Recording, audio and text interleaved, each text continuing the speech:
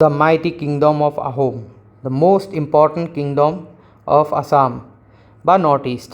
তো এটা সময়ৰ চবতছে গুৰুত্বপূৰ্ণ আপোনাৰ ডাইনেষ্টি হৈছে আহোম। আৰু আহোমসকল ক'ৰ পৰা আহিছিলে, কেনেকৈ আহিছিলে, আজিৰ এই নতুন ছিৰিজ এটা আৰম্ভ কৰিছোঁ আহোম হিষ্ট্ৰীৰ ওপৰত। আছাম হিষ্ট্ৰীৰে এই ছিৰিজটোৰ কণ্টিনিউৱেশ্যন পাৰ্ট হয় মোৰ চেনেলত। তো বন্ধুসকল, ৱেলকাম টু APSC Pro। লাষ্টলৈকে ভিডিঅ'টো চাব কমপ্লিটলি। আমি আহোমৰ গোটেই এণ্টায়াৰ ক্ৰন'লজিটো কৰি যাম হিষ্ট্ৰীৰ। 4টা বা 5টা ভিডিঅ'ত গোটেই আহোম হিষ্ট্ৰী আমি কভাৰ কৰি দিম। তো আহক আমি আৰম্ভ কৰোঁ প্ৰথমৰ পৰা। ফাৰ্ষ্ট ৰজা কেনেকৈ আহিছিলে, ক'ৰ পৰা আহিছিলে, কোন হয় তেখেত, গোটেইখিনি কথা। ৰাইজ অফ দ্য আহোমছ। তো আহোমৰ আৰম্ভণিটো কেনেকৈ হৈছিলে, ঠিক আছে। তো আহোমৰ প্ৰথম আৰম্ভণিটো কৰা মানুহজন হৈছে বা ৰজাজন হৈছে চাওলুং চুকাফা ডাঙৰীয়া, হয়নে। তো আহক আমি গম পাওঁ যে একচুৱেল যোনটো আহোমৰ ডিচেণ্ডেণ্ট হয়, সিহঁতি নিজকে ডিচেণ্ডেণ্ট বুলি ভাবে আহোমসকলে। তো সেই অৰিজিনটো ক'ৰ পৰা আহিছিলে, সেই ৰুটটো ক'ৰ পৰা আছিলে, তো সেইটো জানিবৰ কাৰণে আমি ফাৰ্ষ্টতে মেপত চাব লাগিব। তো আহোমসকল আপোনাৰ Shan branch of great Tai আৰু Thai family of south east এছিয়াৰ মানে হয় বুলি জনা যায়। আহোমসকলৰ যোনটো ডিচেণ্ডেণ্ট সেইটো গ্ৰেট টাই বা থাই ফেমিলিৰ পৰা বিলং কৰে বুলি জনা যায়, হয়নে। আৰু এই টাই আৰু থাই ফেমিলিখিনিও আহিছিলে এটা বেলেগ জেগাৰ পৰা ছাউথ ইষ্ট এছিয়ালৈ মাইগ্ৰেট কৰি পেলাই। সিহঁতক ছান বুলি কৈছিলে, ঠিক আছে। এতিয়া ছানসকল ক'ৰ পৰা আহিছিলে চাওঁ আহক। তো ছানসকল টেৰিম ৰিভাৰ বুলি এখন নদী আছিলে এই নৰ্দাৰ্ণ মংগোলিয়া আৰু চাইনা পাৰ্টটোত। তো এই জেগাটোৰ পৰা ছানসকলে মাইগ্ৰেট কৰি পেলাই তললৈ ছাউথ ইষ্ট এছিয়াৰ ফালে মাইগ্ৰেট হৈ আহিছিলে, ঠিক আছে। তো এই জেগাখিনিক টাইচান বুলি কৈছিলে আৰু তাৰ পৰা মাইগ্ৰেট কৰি প্ৰথম চাইনা আহিছিলে তেখেতসকল 5th চেঞ্চুৰীত ইউনান প্ৰভিন্সত, ঠিক আছে। এইখিনি ইউনান প্ৰভিন্স অফ চাইনা হয় এইখিনি জেগাত। আৰু এইখিনিতে যোনটো জেগাত আহিছিল সেই জেগাটোৰ নাম আছিলে মুংৰিং মুংৰাম, ঠিক আছে। মুংৰিং মুংৰামলৈ তেখেতসকল মাইগ্ৰেট কৰি ফাৰ্ষ্ট আহিছিলে, টাইচানসকল মাইগ্ৰেট কৰি আহিছিলে। লাহে লাহে তেখেতসকলে নিজৰ এৰিয়াটো বঢ়াই দিলে, মানে কেপচাৰ কৰি এনেক্স কৰি, ঠিক আছে। এই গোটেই ছাউথ ইষ্ট এছিয়াৰ হুংকং ভেলী বুলি যোনটো ভেলী আছে এই গোটেই এৰিয়াটোত তেখেতসকলৰ দবদবনি আহি গ'ল তাতে। এইখন মেপত চালে গম পাব। তো এই এৰিয়াটোক হুংকং ভেলী বুলি কয়। এই গোটেই হুংকং ভেলী এৰিয়াটোত আপোনাৰ টাইচানসকল আহি পেলাই তাতে আপোনাৰ বসবাস কৰিব ধৰিলে। ইণ্ডিজিনিয়াছ মানুহৰ লগত মিহলি হ'ল। তাৰপিছতে তেখেতসকলে নিজৰ দবদবাটো তাতে বনোৱালে, ঠিক আছে। তাৰপিছত তেখেতসকলে তাতে আপোনাৰ ৰাজ্য স্থাপন কৰিব ধৰিলে। তো এই হুংকং ভেলীৰ গোটেইকেইখন ষ্টেটৰ ভিতৰত চবতছে পাৱাৰফুল যোনখন ষ্টেট হয় সেইটো মাও ব্ৰাঞ্চ অফ ট্ৰাইব আছিলে। তো মাও ট্ৰাইবৰ যোনখন ষ্টেট আছিলে সেইখন আটাইতকৈ পাৱাৰফুল হৈ গ'ল। আৰু তাৰে কাৰণে তেখেতসকলে সেই এৰিয়াটোক যোনখন ষ্টেট, ধৰি লওক এইখিনিমানত এখন ষ্টেট আছিলতো, হুংকং ভেলীৰ ঢেৰ ষ্টেট আছে, তো তাৰে এখন ষ্টেট মষ্ট পাৱাৰফুল আছিলে। তো সেইখন তেখেতসকলে নাম দিছিলে মুং মাও বুলি, যিহেতু মাও ট্ৰাইবৰ আছিলে, ঠিক আছে। আৰু মণিপুৰীসকলে সেইখন কিংডমখনক, সেই এৰিয়াটোৰ আপোনাৰ পং বুলিও কৈছিলে। তো আমাৰ যদি ইহঁতৰ মিনিঙত চাওঁ তেতিয়াহ'লে পং মানে হৈছে গোটেই এণ্টায়াৰ ট্ৰাইবখিনি লগ লাগি, মানে entire collection of Tai Shan states in হুংকং ভেলীক আপোনাৰ পং বুলি কৈছিলে তেখেতসকলে। আৰু সেইখিনিতে মুংৰিং মুংৰাম ইউনান প্ৰভিন্সত য'ত আহোমসকল আছিলে, ধৰি লওক এখন মুংৰিং মুংৰাম, ঠিক আছে, এখন মংমাও, ঠিক আছে। তো এই মুংৰিং মুংৰাম ষ্টেটখনত আহোমসকলে নিজৰ ডিচেণ্ডেণ্ট বা অৰিজিনেল হোমলেণ্ড বুলি মানিছিলে, বা আপোনাৰ ষ্টেট অফ খুনলাই বুলি কৈছিলে, ঠিক আছে। মানে তেতিয়াৰ দিনৰ যোনজন ৰজা আছিলে খুনলাই, ঠিক আছে। তো তাৰ খুনলাই আপোনাৰ প্ৰজেনিটৰ, মানে খুনলাই আপোনাৰ পিছৰ বংশখিনিয়ে আপোনাৰ তাতে ৰুল কৰিছিলে, ঠিক আছে। তাৰপিছত খুনলাই যেতিয়া আপোনাৰ 3rd জেনেৰেশ্যনে ৰুল কৰিব ধৰিলে তেতিয়া সেই মুংৰিং মুংৰাম এৰিয়াটো দুটা ভাগত ভাগ হৈ গ'ল। এনেকৈ ভাগ হৈ গ'ল। এটা হৈছে প্ৰপাৰ আপোনাৰ মুংৰিং মুংৰাম এৰিয়া, ঠিক আছে, আৰু এটা হৈ গৈছে আপোনাৰ মৌলুং এৰিয়া, ঠিক আছে। এটাৰ নাম হৈছে মৌলুং এৰিয়া, ঠিক আছে। এতিয়া আমাৰ চুকাফা চাওলুং চুকাফা এই আপোনাৰ যোনটো দুটা এৰিয়াত ভাগ হৈছিলে তাৰে যোনটো মাওলুং এৰিয়া আছিলে এই মাওলুং এৰিয়াৰ পৰা বিলং কৰিছিলে। এতিয়া চুকাফাৰ নিজৰ ভায়েকৰ লগত এবাৰ মানে অকণমান কাজিয়া হোৱাৰ বাবে, ঠিক আছে, অকণমান ডিছপিউট এটা হোৱাৰ বাবে তেখেতৰ এটা ভায়েকৰ লগত, তো তেখেতে নিজৰ ঘৰ এৰি দিছিলে 1215ত, ঠিক আছে, ঘৰ এৰি দিছিলে। আৰু তেখেতে নিজৰ লগত নবেলছ কিছুমান, মানে তেতিয়াৰ দিনৰ বুদ্ধিজীৱী কিছুমান, ঠিক আছে, তাৰপিছতে আপোনাৰ তেখেতৰ অকণমান ধৰি লওক 100-200 ফলোৱাৰ্ছ, লগত 2টা হাতী আৰু 300 হৰ্চ লৈ পেলাই তেখেতে ওলাই আহিছিলে। আৰু তেখেতৰ লগত কিছুমান ৱেপনছ আছিলে, যেনেকৈ তৰোৱাল আছিলে বা জাঠি আছিলে, স্পেয়াৰ্ছ, বা আপোনাৰ ধেনুকাৰ আছিলে, ঠিক আছে, তেনেকৈ। আৰু 10খন আপোনাৰ হেংদাং স্পেচিয়েল শ্বৰ্ড বুলি কয়, আজিৰ ডেটতো আহোমসকলৰ কাৰণে চবতছে গুৰুত্বপূৰ্ণ তৰোৱাল হয় বা ৱেপন হয়, যোনটো আপোনাৰ বিয়া চিয়াবিলাকত আমি নৰ্মেলি দেখা পোৱা হয় তকলঙৰ টাইমত।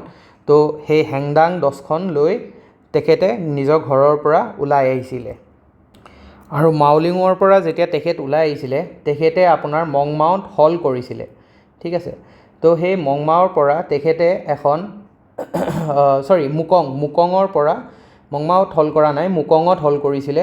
আৰু সেই মুকঙৰ পৰা এখন চমচেং বুলি তেখেতসকলৰ টাইচানসকলৰ দেইটি এজনৰ, মানে দেৱতা এজনৰ ফটো এখন তেখেতে লগত লৈ আহিছিলে। আৰু তেখেতে এই পাটকাই হৈ পিনি অসমৰ ফালে সোমাই আহিছিলে, য'ত তেখেতে নেকি আপোনাৰ দৈকিম হিলছ আৰু আপোনাৰ ৰিভাৰ খামজাং ৰেফ্টত আপোনাৰ পাৰ হৈ নয়াং লেক বুলি এটা জেগাত তেখেতে ৰখিছিলে, য'ত নেকি আপোনাৰ ৱাংছো নোটছ আৰু টাংচা ট্ৰাইববিলাক তাতে বসবাস কৰিছিলে। কিন্তু চুকাফাই সেইখিনি সময়ত যিমানবোৰ ট্ৰাইব আছিলে সেইখিনি এৰিয়াৰ, এই গোটেইখিনিক নিজৰ অধীনত লৈ আহিছিলে। আৰু অধীনত অনাৰ পিছত তেখেতে তাতে ৰখি থকা নাই, তেখেতে তাৰ পৰা আৰু অসমৰ ভিতৰৰ ফাললৈ মাৰ্চ কৰিছিলে, মানে সোমাই আহিছিলে। আৰু যোনবোৰ এৰিয়া কেপচাৰ কৰিছিলে তাত নিজৰ এজন গভৰ্ণৰ ৰাখি দিছিলে। আৰু সেই এৰিয়াবিলাকৰ পৰা তেখেতে টেক্স লৈছিলে। তাৰপিছত তেখেতে ডাইকাৰং বুলি এখন জেগা, য'ত নাগাছবোৰ আছিলে, সেই এৰিয়াটো কনকৰ কৰিছিলে, সেই ডাইকাৰঙত গৈ পেলাই। তাৰপিছত তেখেতে নামৰূপ পালেহি, আৰু য'ত নেকি তেখেতে নিজৰ ফাৰ্ষ্ট হেডকোৱাৰ্টাৰটো স্থাপন কৰিছিলে। ধৰি লওক ইমানমান জেগাত নামৰূপত আপোনাৰ তেখেতে ফাৰ্ষ্ট নিজৰ হেডকোৱাৰ্টাৰটো স্থাপন কৰিছিলে। 13 বছৰ ধৰি তেখেতে নিজৰ ঘৰৰ পৰা ওলোৱাৰ পৰা 13 বছৰ ধৰি এৰিয়াবোৰ কেপচাৰ কৰি লাষ্টত নামৰূপত আহি পেলাই তেখেতে নিজৰ ফাৰ্ষ্ট হেডকোৱাৰ্টাৰ বনালে। এটা কথা কিন্তু মানিব লাগিব, তেতিয়াৰ দিনত চুকাফাই ইমান কম মানুহ লৈ পেলাই, ইমান কম আৰ্মি লৈ পেলাই বা ৱেপনছ লৈ পেলাই সেইখিনিত বসবাস কৰা ট্ৰাইবছখিনিক হৰুৱাই পেলাই, মানে আপোনাৰ কেপচাৰ কৰি নিজৰ অধীনত আনি এই ইমানটো এটা বৃহৎ এৰিয়া তেখেতে কেপচাৰ কৰিছিলে বা তেখেতে স্থাপন কৰিছিলে। তো কিন্তু মানিবলগীয়া কথা, কাৰণ তেখেত বহুত বুদ্ধিমান আছিলে, তেখেতৰ ষ্ট্ৰেটেজিছবিলাক বিৰাট ধুনীয়া আছিলে আৰু বহুত দূৰদৰ্শী আছিলে, আৰু ডিপ্ল'মেটিক স্কিলছ আছিলে তেখেতৰ। তাৰপিছত তেখেত আপোনাৰ ফাইটিঙত বহুত ভাল আছিলে, কাৰণ তেখেতে ডিচিপ্লিন ফাইট কৰিছিলে কাৰণ সেইখিনি এৰিয়াৰ যোনবিলাক ট্ৰাইব আছিলে, তো সেই ট্ৰাইবসকলৰ তেতিয়াৰ দিনলৈ ইমান এটা এডভান্স ফাইটিং টেকনিক্স তেখেতসকলে জানা নাছিলে, কাৰণ তেখেতসকল বহুত পিছপৰা আছিলে। কিন্তু চুকাফা যিহেতু চাইনাৰ পৰা, ইউনান প্ৰভিন্সৰ পৰা আহিছিলে, এটা ভাল মানে এখন ৰাজ্যৰ পৰা, য'ত নেকি অলৰেডি বহুতখিনি ডেভেলপমেণ্ট হৈছিলে তেতিয়াৰ দিনৰ হিচাপত, তো তেখেতে ফাইটিং টেকটিক্সবিলাক জানিছিলে, ফাইটিং ডিচিপ্লিনছবিলাক জানিছিলে। তো সেই তেখেতৰ কাৰণে এই গোটেই এৰিয়াটো কেপচাৰ কৰিবলৈ টাইম নালাগিলে। আৰু 1228 চনত তেখেতে ব্ৰহ্মপুত্ৰ ভেলী আহি পালেহি। তাৰপিছত 1228ত আহি তেখেতে অসমত বিভিন্ন জেগাত আপোনাৰ কেপচাৰ কৰিব ধৰিলে, সৰু সৰু ট্ৰাইববিলাকৰ লগত বা কিবা এলায়েন্স কৰিব ধৰিলে বা দস্তি কৰিলে। তাৰপিছত লাষ্টত 1253ত তেখেতে চৰাইদেউত ছেটেলড হ'লহি।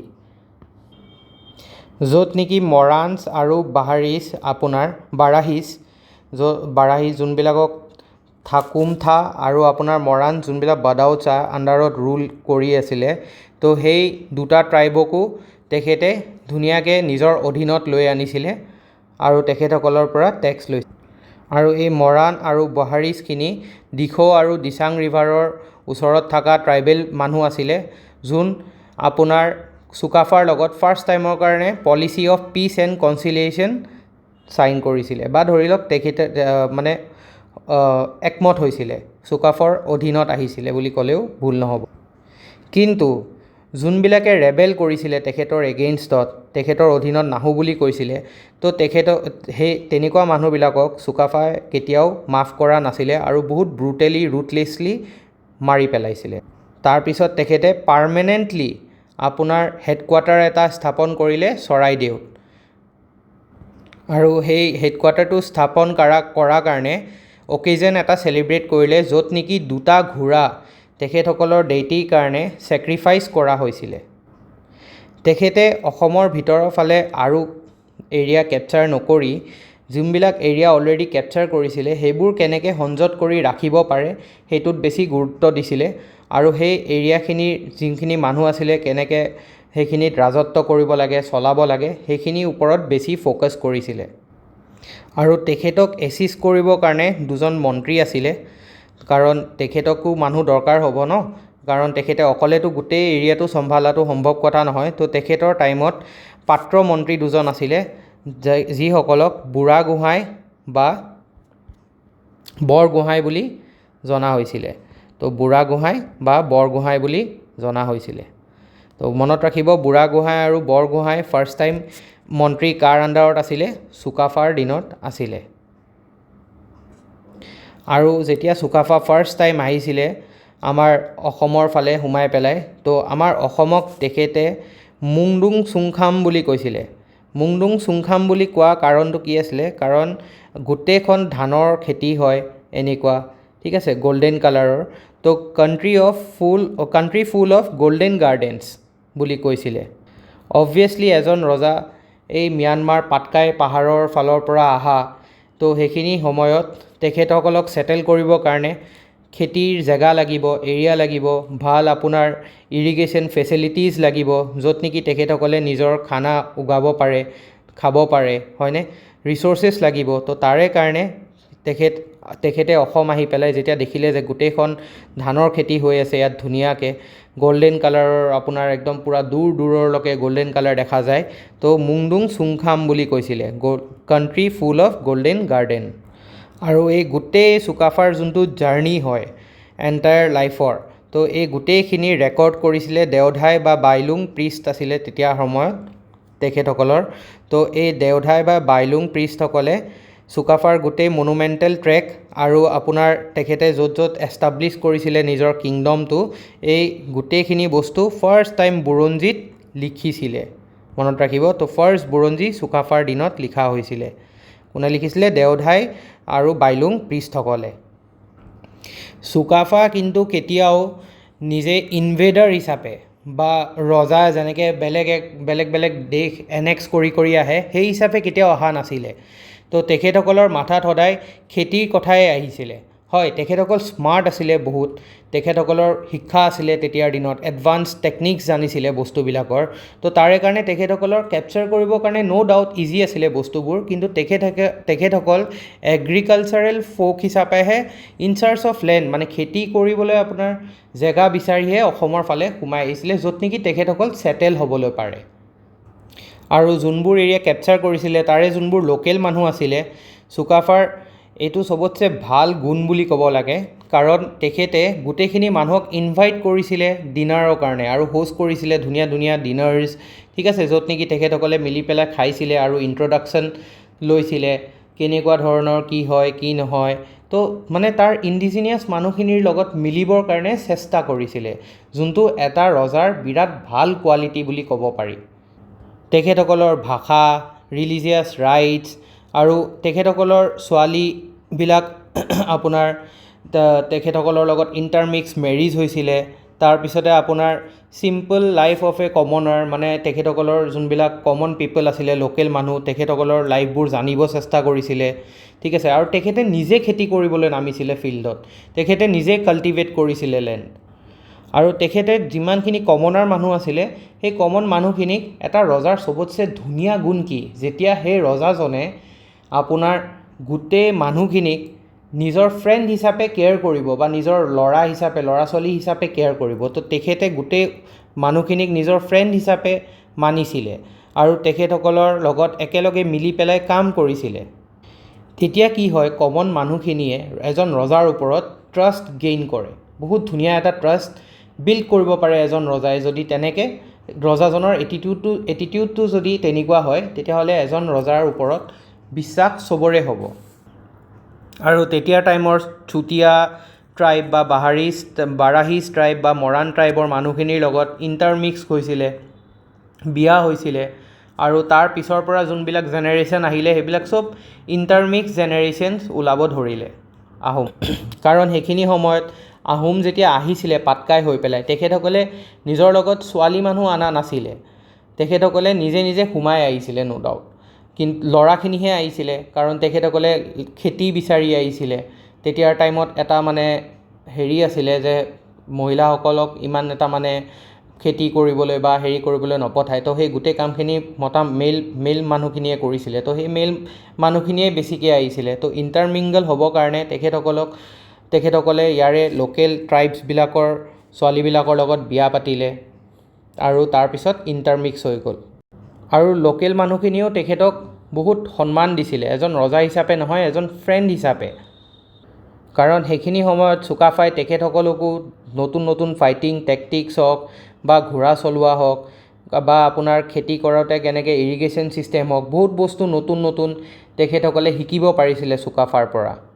তো সেইকাৰণে লোকেল ট্ৰাইবখিনিও তেখেতসকলক হেল্প কৰিছিলে, ফায়াৰউড আনি দিছিলে, খৰি আনি দিছিলে, চব্জি আনি দিছিলে বা আপোনাৰ মৌজোল আনি দিছিলে সেইখিনি সময়ত, বা হাতী দিছিলে তেখেতসকলক। তো তেখেতে নিজৰ গুডউইলটো বহুত ধুনীয়া বনাই ৰাখিছিলে এৰিয়াটোত, যাৰ কাৰণে তেখেত বহুত ষ্ট্ৰং এণ্ড পাৱাৰফুল এডমিনিষ্ট্ৰেটৰ বনিছিলে। আৰু এখন ধুনীয়া অসম মানে আহোমৰ ৰাজ্য আৰম্ভণি স্থাপন কৰি পেলাই তেখেতৰ আনফৰ্চুনেটলি 1268ত মৃত্যু হৈছিলে। আৰু তাৰপিছত তেখেতৰ ল'ৰা চুতেওফা 1268ৰ পৰা 81লৈকে ৰুল কৰিছিলে, যোনে নিজৰ এৰিয়াটো নামদাং ৰিভাৰৰলৈকে, আপোনাৰ নামদাং এৰিয়াটো ধৰি লওক শিৱসাগৰ মানৰলৈকে এক্সটেণ্ড কৰি দিছিলে চুতেওফাই। তো এই নামদাং এৰিয়াৰলৈকে আপোনাৰ তেখেতে নিজৰ বাউণ্ডেৰীটো, চুতেওফা আপোনাৰ কোন আছিলে, চুকাফাৰ পুতেক, ঠিক আছে, নামদাং এৰিয়াটোলৈকে নিজৰ বাউণ্ডেৰীটো এক্সটেণ্ড কৰিছিলে। চুতেওফাৰ পিছত আহিলে চুবিনফাৰ ইমান অৰিহণা নাছিলে, কিন্তু তেখেতে যিখিনি এৰিয়া আছিল তাতেই ৰুল কৰিছিলে, ঠিক আছে, সেইখিনি সময়ত আপোনাৰ 1281ৰ পৰা 93লৈকে। আৰু তেখেতসকলে বৰ বেছি এক্সটেণ্ড এইকাৰণে কৰা নাছিল কাৰণ তেখেতসকলে কনফ্লিক্টত আহিব বিচৰা নাছিলে চুতীয়াছ বা কাছাৰীজ বা ভূঞাসকলৰ লগত। তো যাতে যিখিনি এৰিয়াত ইনফ্লুৱেঞ্চ আছিলে সেইখিনি এৰিয়াতে আপোনাৰ তেখেতসকলে ৰুল কৰি আছিলে। আৰু চুতীয়াছবোৰ তেতিয়া আপোনাৰ হিন্দু কালচাৰ ফ'ল' কৰিছিলে, হিন্দু কিং আছিলে, আৰিয়ান কালচাৰ আছিলে, কিন্তু আহোমত তেতিয়ালৈকে মিক্স হোৱা নাছিলে, অলপকৈ হৈ আছিলে। চুতীয়া মানে লোকেল ডাইনেষ্টিজবিলাকৰ যেতিয়া মানে ছোৱালীবিলাকৰ লগত বিবাহ কৰিছিলে তেতিয়া অলপ ইনফ্লুৱেঞ্চ হৈছিলে, কিন্তু ইমানো হোৱা নাছিলে আহোমসকলৰ। আৰু সেইখিনি সময়ত আপোনাৰ কাছাৰীজো ইমান ভালকৈ মানে হিন্দুনাইজড হোৱা নাছিলে, জাষ্ট হিন্দুইজিমৰ ইনফ্লুৱেঞ্চত আহিছিল। আৰু তেখেতসকল ষ্ট্ৰেংথত বহুত ওপৰত আছিলে চুকাফাতকৈ, আৰু নিউমাৰিকেল ষ্ট্ৰেংথ ছুপেৰিয়ৰ আছিলে। তো এতিয়া যদি বুদ্ধিমান ৰজা এজনে গৈ পেলাই কেতিয়াও সেনেকৈ কাজিয়া কৰি নল'ব, কাৰণ তেখেতে যেতিয়ালৈকে সক্ষম নকৰিব সেই এৰিয়াটোৰ বা সেই কিংডমটোৰ লগত কাজিয়া কৰি পেলাই এনেক্স কৰালৈকে, তো এজন বুদ্ধিমান ৰজাই কেতিয়াও গৈ পেলাই উপজাচি কাজিয়া কৰি নলয়। তাৰপিছত চুখাংফা আহিলে 1293ৰ পৰা 1332লৈকে, য'ত আপোনাৰ Kamata king Pratapdhwaj gave his daughter Rajani in marriage to Sukhaangphaa. তো সেইখিনি সময়ত কমতা কিংডম আছিলে, আমি পঢ়িছিলোঁ হয়নে? তো সেই কমতা কিঙৰ প্ৰতাপধ্বজ ৰজাৰ জীয়েকক আপোনাৰ চুখাংফালে বিয়া দিছিলে আৰু মেৰিজ এলায়েন্সবিলাক কৰি আছিলে সেইখিনি সময়ত আহোম ৰজাসকলে। তাৰপিছত চুখ্ৰাংফা আহিলে 1332ৰ পৰা 1364। আৰু সেইখিনি সময়ত চুতুফা যেতিয়া আহিলে, চুতুফা অহাৰ টাইমত তেখেতে ভাবিলে যে এটা যদি ফ্ৰেণ্ডলি এলায়েন্স কৰা হয় আপোনাৰ চুতীয়াসকলৰ লগত, বহুত বেছি এচেঞ্চিয়েল আছিলে, কাৰণ তেতিয়া আপোনাৰ এখন ৰাজ্য চলাবলৈ সুবিধা হয়, ঠিক আছে, আৰু টেৰিটৰিয়েল পজেশ্যনছ কিছুমান পালে হয়। কিন্তু যেতিয়া এলায়েন্স কৰাৰ কাৰণে চুতুফা চুতীয়া কিংডমত গৈছিলে, ঠিক আছে, তো তেখেতক ট্ৰেচাৰাছলি মাৰ্ডাৰ কৰি দিলে, চুতীয়াসকলে তেখেতক বুদ্ধি কৰি পেলাই মাৰি পেলালে। তাৰপিছত টাও খামতি আহিলে 1380ত, আৰু এই চুতুফাক যে চুতীয়াসকলে মাৰিলে, তাৰে ৰিভেঞ্জ ল'বৰ কাৰণে টাও খামতিয়ে এক্সপিডিশ্যন কৰিছিলে চুতীয়া কিংডমলৈ, কিন্তু একো কৰিব নোৱাৰিলে বিশেষ একো এটা।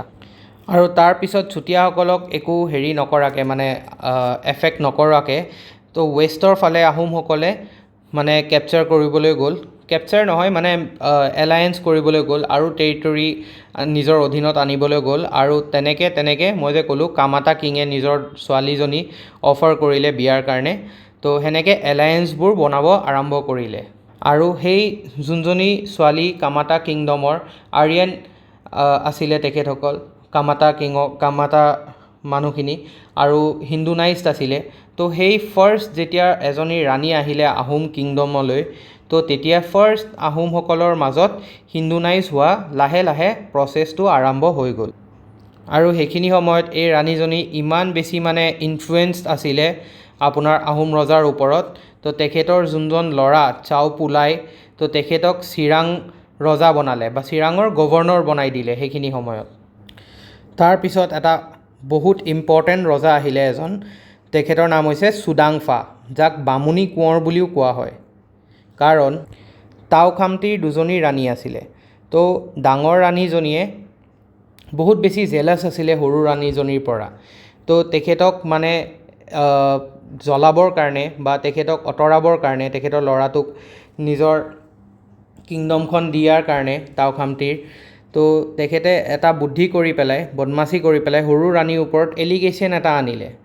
এলিগেশ্যনটো আনিলে যে তেখেতে এডাল্ট্ৰি কৰিছে বা বেলেগ এজন মানুহৰ লগত বদমাচি কৰিছে ৰজাই নজনাকৈ, ঠিক আছে। তো সেনেকুৱা এটা ফল্টি চাৰ্জ আনি পেলাই অৰ্ডাৰ দিলে তেখেতৰ মিনিষ্টাৰসকলক যে এখেতক এক্সিকিউট কৰা হ'ব। কিন্তু মিনিষ্টাৰসকলে কি কৰিলে, দেখিলে যে টাও খামতিৰ পিছত টাও খামতিক সেই ৰাজ্যখন চলাই যোৱা আপোনাৰ বেলেগ হেয়াৰ নাই, ঠিক আছে, ল'ৰা ছোৱালী নাই, এতিয়া ল'ৰাটো লাগিবই। আৰু সেইখিনি সময়ত আপোনাৰ নিয়ম কি, আহোমৰ লাষ্ট ৰজাজনলৈকে এইটোৱেই নিয়ম আছিলে যে চুকাফাৰ তেজৰ সম্পৰ্ক থাকিব লাগিব বা চুকাফাৰ লিনিয়েজৰ পৰাই আহিব লাগিব যোনজন ৰজা হ'ব, বেলেগ মানুহ আনি পেলাই ৰজা বনাব নোৱাৰে। তো সেইকাৰণে তেখেতসকলক এটা ৰজা লগাৰ কাৰণে সেই সৰু ৰাণীজনীক তেখেতসকলে এখন গাঁৱত নি পেলাই লুকুৱাই দিলে, ব্ৰহ্মপুত্ৰ পাৰ কৰি পেলাই এখন ব্ৰাহ্মীণ গাঁৱত লুকুৱাই দিলে। আৰু সেই লুকুৱাই দিয়াৰ পিছত যেতিয়া টাও খামতিৰ সৰু ৰাণীয়ে নিজৰ বাচ্ছাটো জন্ম দিয়াৰ পিছত সেই গাঁওখনৰ বামুণসকলেই তেখেতক ডাঙৰ দীঘল কৰিলে, আৰু তেতিয়াৰ পৰা তেখেতৰ নাম সেইকাৰণে বামুণী কোঁৱৰ বুলি জনা যায়। আৰু সেই বামুণ গাঁওখন আছিলে আপোনাৰ ব্ৰাহ্মণৰ গাঁওখন আছিলে হাবুঙত। আৰু সেই ল'ৰাটো যোনটো আপোনাৰ টাও খামতিৰ ল'ৰা আছিলে, সেই ল'ৰাটোৱে হাবুঙতে ডাঙৰ দীঘল হৈছিলে আৰু হাবুঙতে তেখেতে গোটেইখিনি বস্তু জানিছিলে মেলিছিলে। তাৰপিছত যেতিয়া টাও খামতি মৰি যায়, তো তেতিয়া আকৌ সেই যোনখিনি মানুহে তেখেতৰ সৰু ৰাণীক থৈ আহিছিলে সেই মিনিষ্টাৰখিনিয়ে লিনিয়েজটো লাগিব চুকাফাৰ, তো সেইজনে ৰুল কৰিব লাগিব, যোনজন চুকাফাৰ ডিচেণ্ডেণ্টৰ বা তেজ আছে বা জিন আছে। তো সেই তাৰে কাৰণে আকৌ বিচাৰি পেলাই সৰু ৰাণীৰ পুতেকক আনি তাৰপিছতে ৰজা বনালে, আৰু সেই সৰু ৰাণীৰ পুতেকে হৈছে আপোনাৰ চুডাংফা, যাক বামুণী কোঁৱৰ কোৱা হৈছিলে। আৰু ফাৰ্ষ্ট আহোম কোৰ্টত হিন্দুইজিমৰ ইনফ্লুৱেঞ্চটো চুডাংফায়ে আনিছিলে, কাৰণ তেখেত বামুণসকলৰ আণ্ডাৰত অধীনত নিগৰানীত আপোনাৰ ডাঙৰ দীঘল হৈছিলে। তো তেখেতে গোটেইখিনি বস্তু শিকিছিলে বামুণসকলৰ, বা হিন্দুনাইজ হৈছিলে অলপ অলপ। তো তেতিয়া ফাৰ্ষ্ট ইনফ্লুৱেঞ্চ আপোনাৰ ভালকৈ আহোম কোৰ্টত চুডাংফাৰ দিনতে হৈছিলে। আৰু টাওখামতিক মৰিছিল মানে টাওখামতিক ডিথ্ৰ'ন কৰি দিয়া হৈছিলে আৰু তাৰপিছত এছাচিনেট কৰি দিয়া হৈছিলে টাওখামতিক। কাৰণ টাওখামতিৰ সেইখিনি সময়ত বহুত মানে এনিমিটি বাঢ়ি গৈছিলে। আৰু যোনজন ফষ্টাৰ ফাদাৰ বা যোনজন ব্ৰাহ্মণে আপোনাৰ চুডাংফাক ডাঙৰ দীঘল কৰিছিলে, তো সেই লগত তেখেতৰ বাপেকো আহিছিলে। মানে বাপেক মানে ফষ্টাৰ ফাদাৰ, যোনে ডাঙৰ দীঘল কৰিছিলে, সেইজন মানুহ ব্ৰাহ্মণকো লৈ আহিছিলে কোৰ্টত, আৰু তেখেতৰ ভাল ইনফ্লুৱেঞ্চ আছিলে সেইখিনি সময়ত। আৰু ফাৰ্ষ্ট টাইম লক্ষ্মী নৰনাৰায়ণ শালাগ্ৰাম বা আপোনাৰ গড বিষ্ণুক ফাৰ্ষ্ট টাইম আহোম কোৰ্টত ইন্ট্ৰডিউচ কৰা হৈছিলে। হিন্দুইজিমৰ ইনফ্লুৱেঞ্চটো থ্ৰু বিষ্ণু গডৰ পৰা মানে আৰম্ভ হৈছিলে। আৰু তেখেতসকলে আহোমসকলে চমচেং চমদেও, মই যে কৈছিলোঁ ষ্টাৰ্টিঙতে, চুকাফাই যেতিয়া মকলুঙৰ পৰা আপোনাৰ সেই ফটোখন ইমেজখন লৈ আহিছিলে, তো সেই দেইটিজনৰ লগত বিষ্ণুকো তেখেতসকলে মানে ছেইম দৰ্জা দিছিলে আৰু তেখেতসকলে পূজা কৰিছিলে। আৰু সেই ব্ৰাহ্মণজনৰ বাকী যোনবোৰ ল'ৰা ছোৱালী আছিলে, তেখেতসকলক প্ৰিন্সৰ দৰ্জা দিছিলে, প্ৰিন্স বনাই দিছিলে। মানে ফষ্টাৰ ফাদাৰ মানে তেখেতৰ চুডাংফাৰ ভায়েক বুলিও ক'ব পাৰে, ষ্টেপ ব্ৰাদাৰ্ছ। আৰু তেখেতে চুডাংফাই নিজৰ কেপিটেলটো চাৰগৈয়ালৈ শ্বিফ্ট কৰিছিলে। আৰু ফাৰ্ষ্ট টাইমৰ কাৰণে শিঙৰি ঘৰ উঠা চেৰিমনি পাতিছিলে। এতিয়া শিঙৰি ঘৰ উঠা চেৰিমনি মানে হৈছে যেতিয়া ৰজাই কৰ'নেশ্যন কৰে, মানে ৰজাক যোনদিনাখন ৰজা পাতিব। তো চুডাংফাক যোনদিনাখন ৰজা পাতিছিলে, তো সেইদিনাখন ফাৰ্ষ্ট শিঙৰি ঘৰ উঠা আপোনাৰ চেৰিমনি এটা পাতিছিলে, য'ত নেকি শিঙৰি কাঠেদি বনোৱা এটা ঘৰৰ ওপৰত বহিব লাগে ৰজাজন। আৰু তেখেতক শিঙৰি ঘৰ উঠা চেৰিমনিটোৰ পাছত যোনজন তেখেতৰ বাপেক আছিলে, যোনজন ব্ৰাহ্মণ আছিলে, তো তেখেতৰ নিজৰ বেদিক মন্ত্ৰাছ কৈছিলে। আৰু মন্ত্ৰাছ কৰি পেলাই আপোনাৰ তেখেতক নাম দিয়া হৈছিলে মহাৰাজা বা ৰাজেশ্বৰ চক্ৰৱৰ্তী বুলি। তো এই গোটেইখিনি আহোম হিষ্ট্ৰী আজি ইয়াতেই শেষ কৰিলোঁ, মানে চুডাংফাৰলৈকে আপোনাৰ ফ্ৰম চুকাফা। এতিয়া ইয়াৰ পিছত আমি চুহুমুহুং আৰম্ভ কৰিম। চুহুমুহুঙৰ পৰা লাহে লাহে ভিডিঅ'ছবোৰ আমি একদম ৰুদ্ৰসিংহ লাষ্ট আহোম ৰজাৰলৈকে কমপ্লিট কৰিম। তো আপোনালোকে গোটেই ভিডিঅ'টো কমপ্লিট চালে তেতিয়া আপোনালোকে ক্ৰ'ন'লজিটো বুজি পাব। ইয়াৰ নেক্সট ভিডিঅ'টো যেতিয়া আহিব, তেতিয়া আপোনালোকৰ কণ্টিনিউৱেশ্যন পাৰ্টটো আহিব, তেতিয়ালৈকে আপোনালোকৰ বেছি ভালকৈ ক্লিয়াৰ হ'ব বস্তুবোৰ। তো আপোনালোকে মোৰ ভিডিঅ'টো চাই থকাৰ লগত নোট ডাউন কৰি যাব ৰজাবিলাকৰ নাম। আৰু এটা টেকনিক আছে, এতিয়া ভাবিব ইমানবোৰ ৰজা কেনেকৈ মনত ৰাখিম। তো কিছুমান টেকনিক আছে। এই টেকনিকবিলাক হৈছে আপোনাৰ যেনেকৈ এতিয়া চুকাফা প্ৰথম ৰজা হয়নে, চুকাফাৰ পিছত চুতেওফা, তাৰপিছত চুবিনফা, চুখ্ৰাংফা, তাৰপিছত চুতুফা, টাওখামতি, চুডাংফা হয়নে। পটককৈ মনত ৰখাটো দিগদাৰী হৈ যায়। তো এতিয়া আমি সেইটো মনত ৰখাৰ কাৰণে চবতছে বেষ্ট উপায় হৈছে আমি এটা চিংকনাইজ ৱেত গান টাইপ বা কিবা অকণমান তেনেকুৱা টাইপ বনাই ল'ব পাৰোঁ। যেনেকৈ চুকাফাৰ পৰা আহিলে চু, ঠিক আছে, তাৰপিছত চুতেওফাৰ পৰা আহিলে তে, তাৰপিছত চুবিনফাৰ পৰা বিন, তাৰপিছত খাং। মানে আপোনাৰ ক'ব পাৰে আপুনি কা তেও বিন খাং খ্ৰাং, ঠিক আছে, কা তেও বিন খাং খ্ৰাং, ঠিক আছে। তেনেকৈ তাৰপিছত চাওক, কা মানে হৈছে চুকাফা, তেও মানে হৈছে চুতেওফা হয়নে, তাৰপিছত বিন মানে হৈছে চুবিনফা, কা তেও বিন, তাৰপিছত খাং চুখাংফা, তাৰপিছত চুখ্ৰাংফা। ঠিক তেনেকৈ আপোনালোকে এনেকৈ কা তেও বিন খাং খ্ৰাং বুলি এনেকৈ আপোনালোকে গান বনাই গ'লে তেতিয়া কি হয়, আপোনালোকৰ পূৰা ধুনীয়াকৈ বস্তুবোৰ মনত থাকি যাব। তো ইয়াৰ পিছতো কেইজনমান ৰজা আহিছে আপোনাৰ চুহুমুহুং অহাৰ আগত।